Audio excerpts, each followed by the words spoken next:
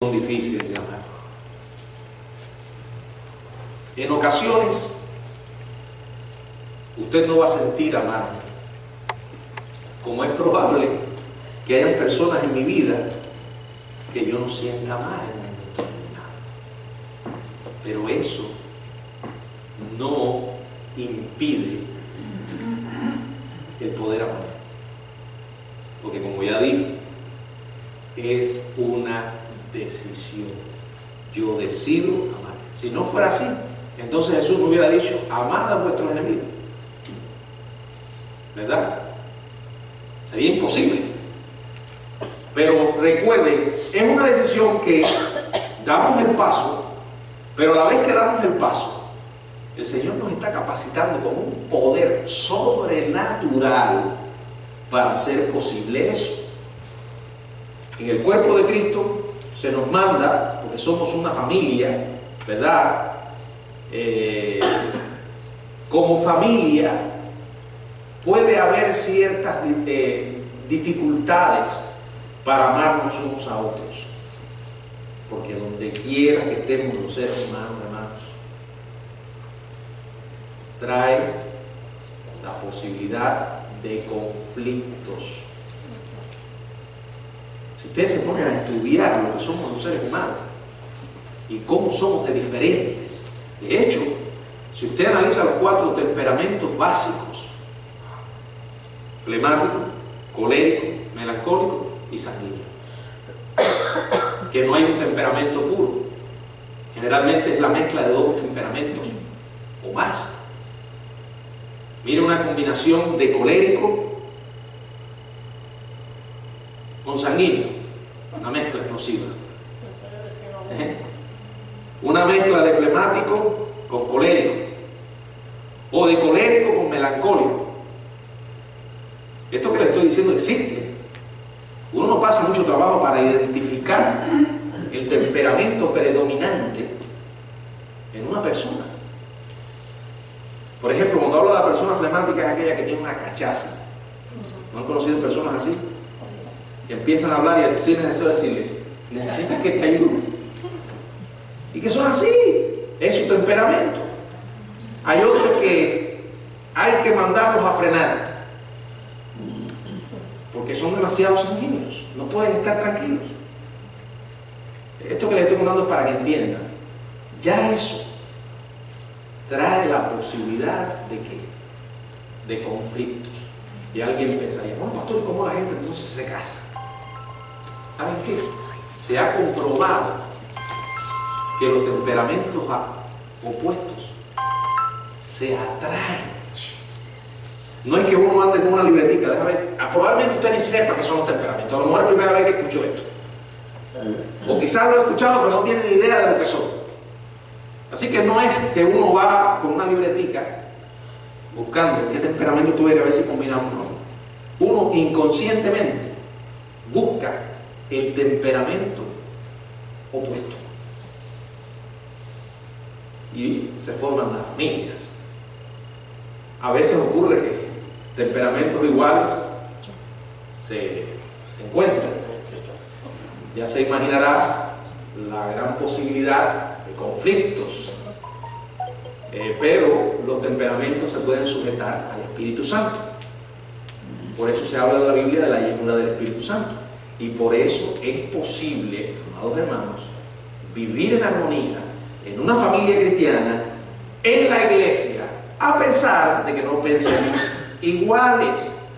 Primero a los Tesalonicenses capítulo 4, verso 9, nos dice lo siguiente. Primero a los Tesalonicenses capítulo 4, verso 9 dice: pero acerca del amor fraternal no tenéis necesidad de que os escriba, porque vosotros mismos habéis aprendido de Dios que os améis unos a otros. Juan capítulo 13, verso 35.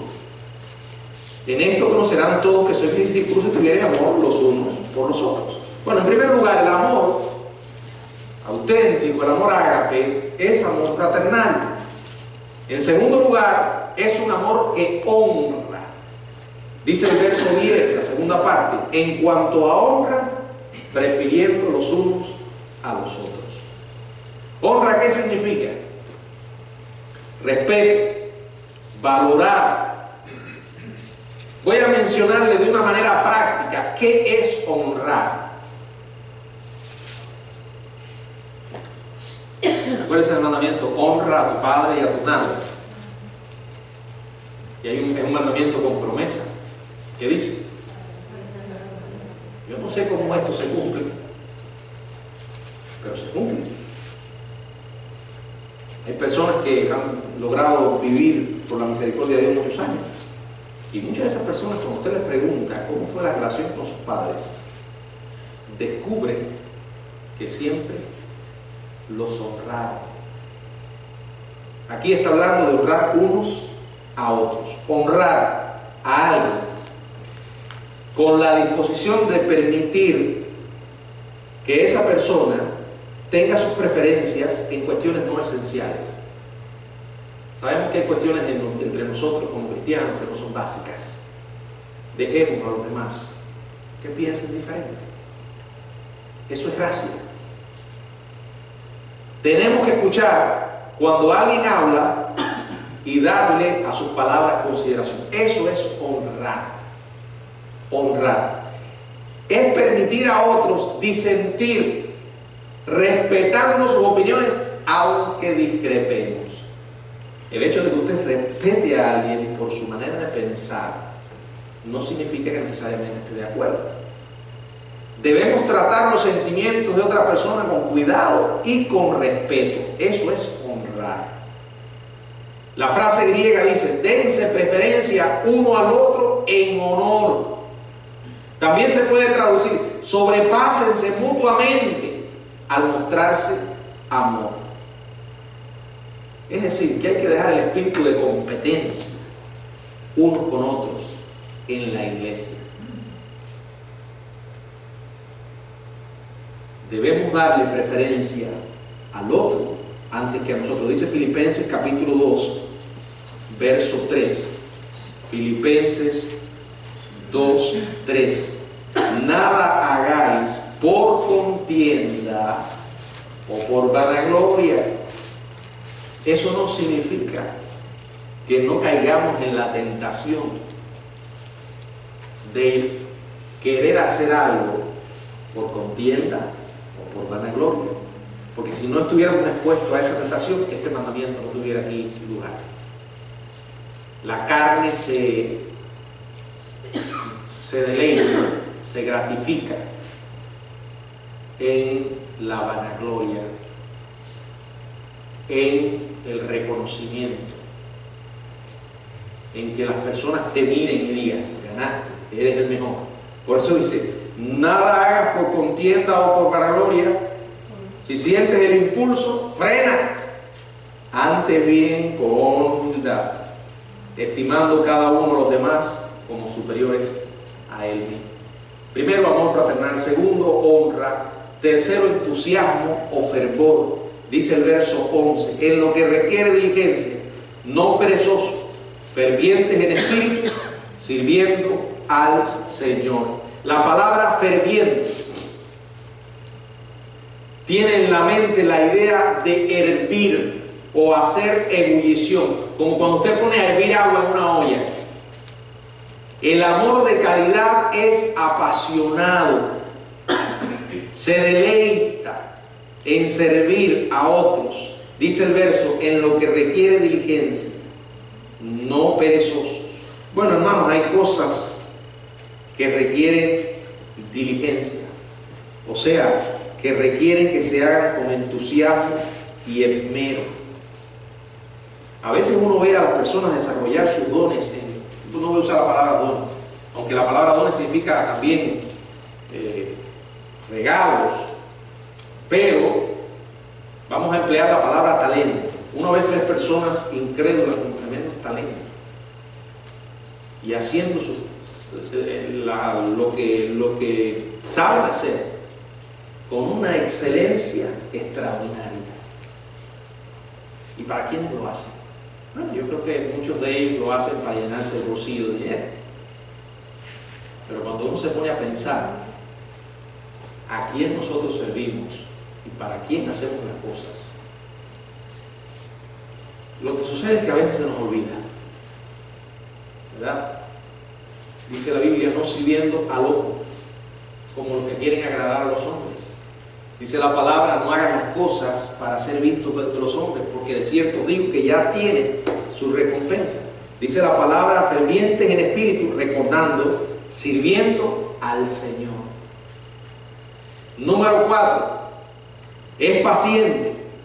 Dice el verso 12, gozosos en la esperanza, sufridos en la tribulación, constantes en la oración. Fíjense que quiero que observen, todo esto tiene que ver con la paciencia. Aquí lo que se está describiendo es la paciencia.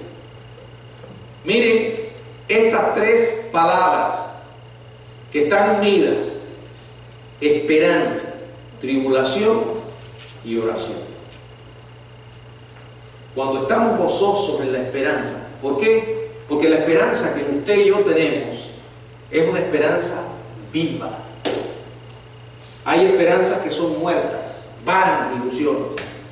Usted sueña con que un día va a tener la casa de sus sueños, o que va a ganarse el $1.000.000 que están llorando. Y hay mucha gente que sueña para nunca despertar. Y cuando despiertan, se dan cuenta de la realidad. Nuestra esperanza es viva, porque tenemos un Dios que está vivo.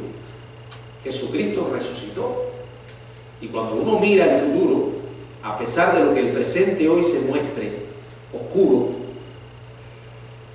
y desde el punto de vista humano, desesperanzador, se me enredó la lengua. Bueno, no hay esperanza desde el punto de vista humano.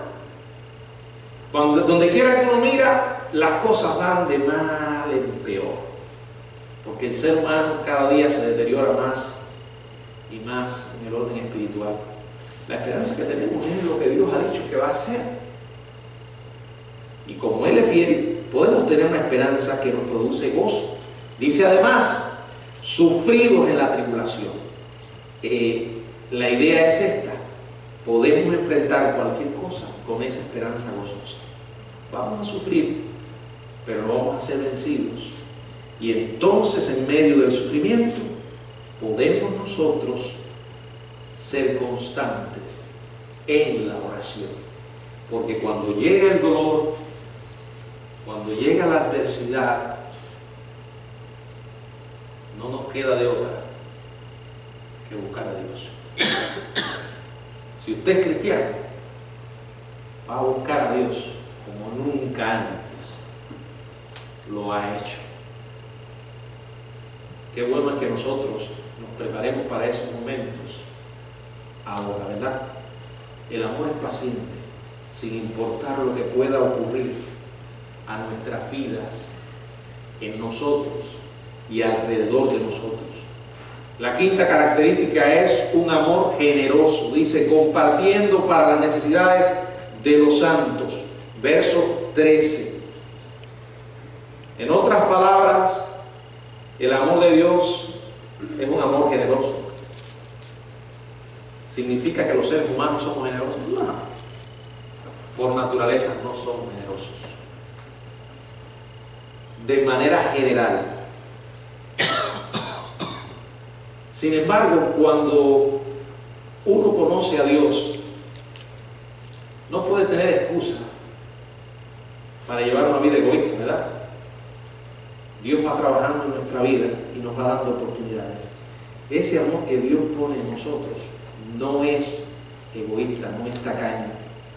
Esto tiene más en mente que compartir la abundancia propia con alguien en necesidad. Tiene en mente compartir aún el mismo sufrimiento. Es el amor que da aún cuando duele. Comparte el dinero con liberalidad aún cuando hay estrechez.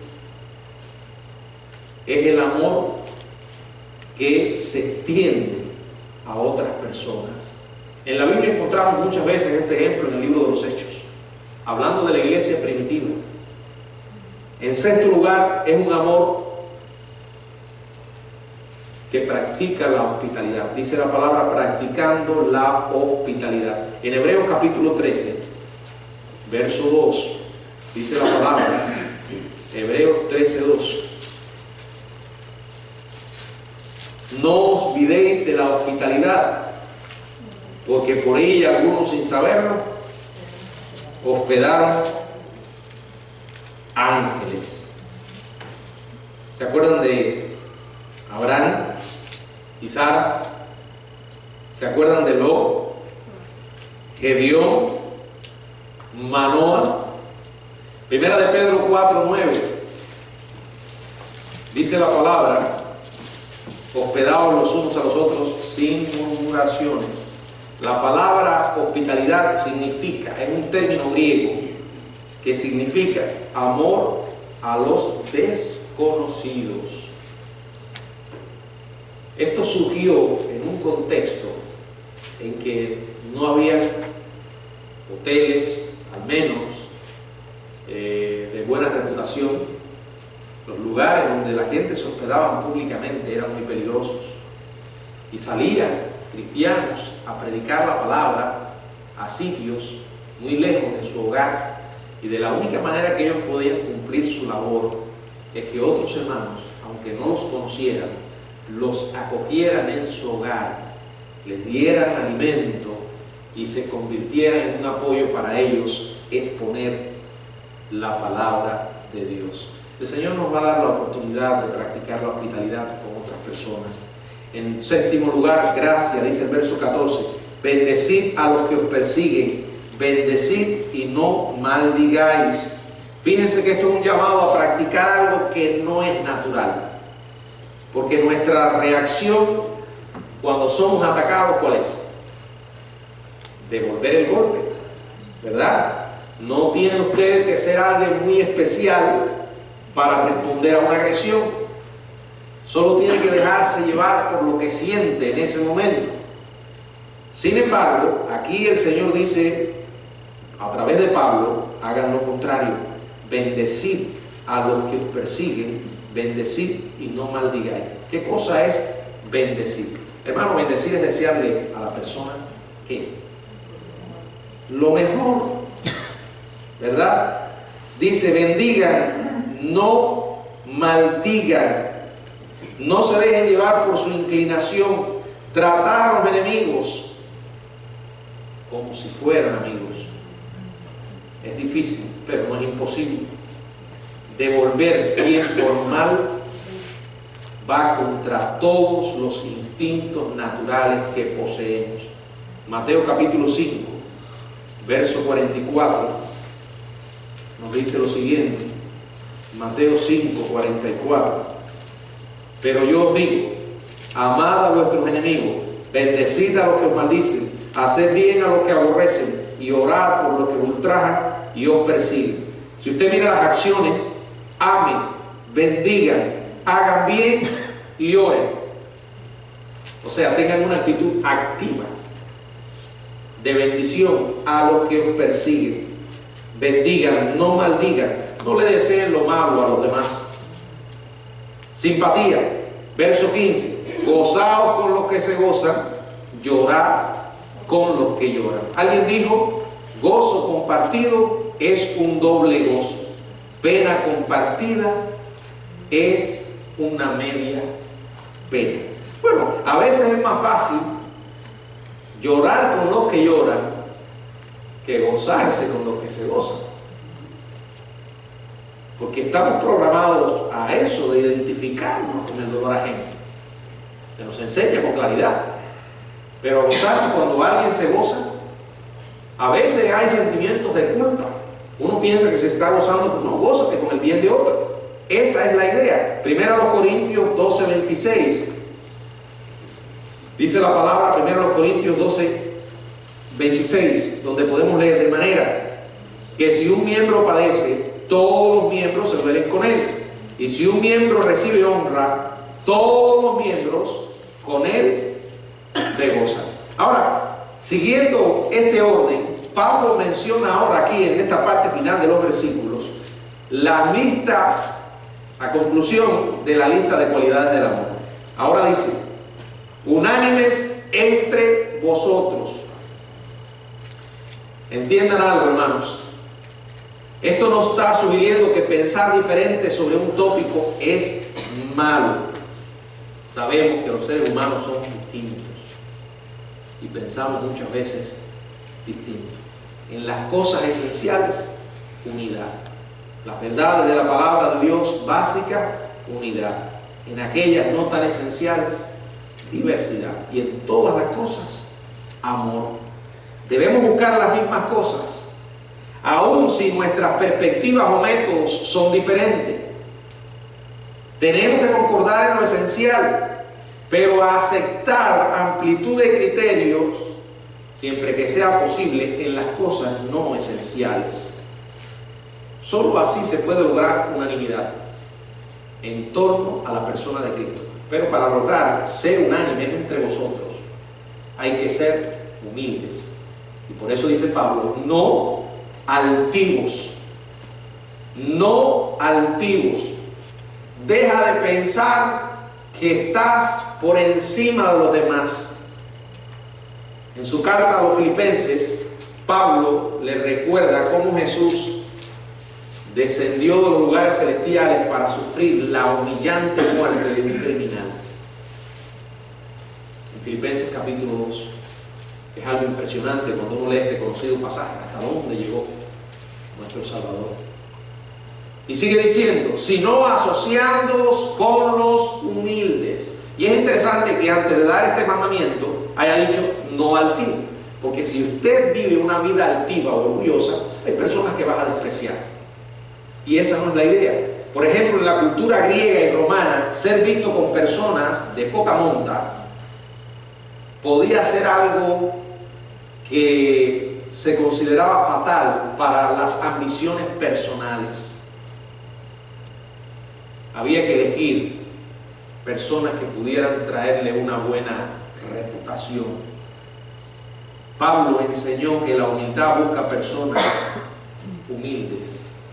De hecho, aquellos que son rechazados, marginados, los buscan porque reconocen que son personas creadas a la imagen de Dios y que cualquier persona de estas puede llegar a ser un hijo de Dios. Y cuando uno lo mira desde la perspectiva de que Cristo también murió por esa persona, el enfoque entonces cambia. Dice, no sea sabio en vuestra propia opinión. No hay hombre sabio en sí mismo. Las personas que piensan que son sabias e intentan hacer participar a los demás del secreto son las personas más ridículas de todas. La verdadera sabiduría comienza cuando uno conoce a Dios. Dice la Biblia, el principio de la sabiduría es el temor de Dios. Yo he dicho otras veces que algunos citan a grandes personajes de la esfera humana que han llegado a ciertas posiciones, quizás por su conocimiento, y a veces se refieren a ellos como sabios. Bueno, es un tipo de sabiduría humana, la sabiduría de este mundo. Como dice Santiago, que es animal, diabólica. Pero no es realmente sabiduría de lo alto.